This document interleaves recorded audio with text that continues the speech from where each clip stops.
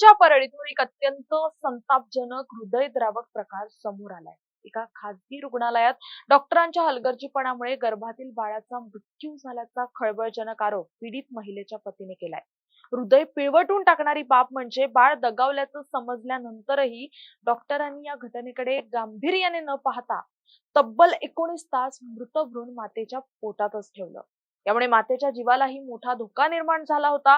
वैद्यकीय क्षेत्राला काळिमा फासणाऱ्या या प्रकारानंतर बाळाच्या मरणास कारणीभूत आणि मातेच्या जीवाशी खेळण्याच्या प्रकाराची सखोल चौकशी करून कडक कायदेशीर कारवाई करण्यात यावी, अशी मागणी महिलेच्या पतीने केली आहे.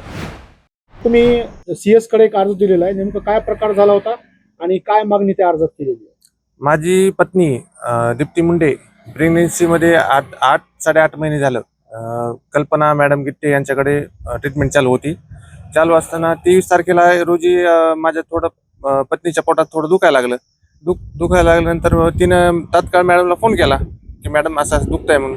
तर मॅडम सांगितलं की बाबा तुम्ही या इकडे.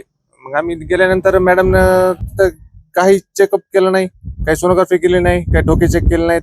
3 तास सलाईन लावल्यानंतर 3 तासानंतर की सोनोग्राफी चेकअप केली. त्यांना तात्काळ तिथं कळालं की बाबा बाळ के पोटात एक्सपायर झालेलं आहे.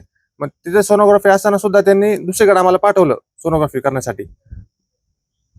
सोनोग्राफी करण्यानंतर पाठवलं दुसरीकडे. तिथं आम्हाला सगळं सांगून टाकले की बाबा असं बाळ दगावले पोटामध्ये. तिथं नंतर आम्ही मॅडमकडे आलो. मॅडम आम्हाला म्हणले की बाबा तुम्हाला नॉर्मल डिलिव्हरी करून आम्ही हे करून देते. नंतर 22 तास ठेवला पोटामध्ये. तसंच ते आईचा पण पोटामध्ये त्रास 22 तास सहन केला तिने.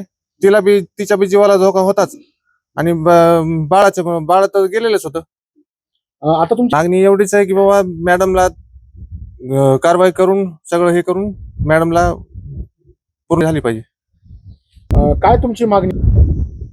आमची मागणी एवढीच आहे की अशा हलगर्जीपणामुळे माझं बाळ तर दगावलंच आहे. माझ्या बायकोच्या जीवाला धोका होता. तर माझं एवढीच मागणी आहे की बाबा मॅडमवर कठोर कारवाई झाली पाहिजे.